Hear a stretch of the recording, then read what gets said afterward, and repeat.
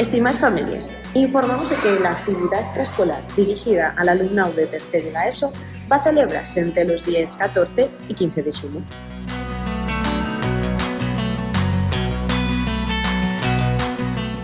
El programa es el siguiente. Primero, salse del centro a las 6 de la mañana en autobús y después desarrollase la actividad. Tenéis más información al respecto en el Teams, en el grupo de la tutoría. Y a la fin llegase otra vuelta al centro el 15 de junio, en torno a las 10 de la noche.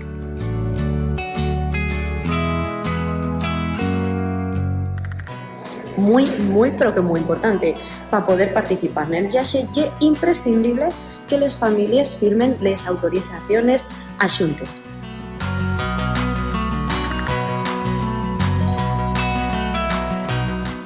Si estáis interesados en este viaje de estudios, vais a tener que leer Diario Indecente de una Docente y saber cómo va a terminar.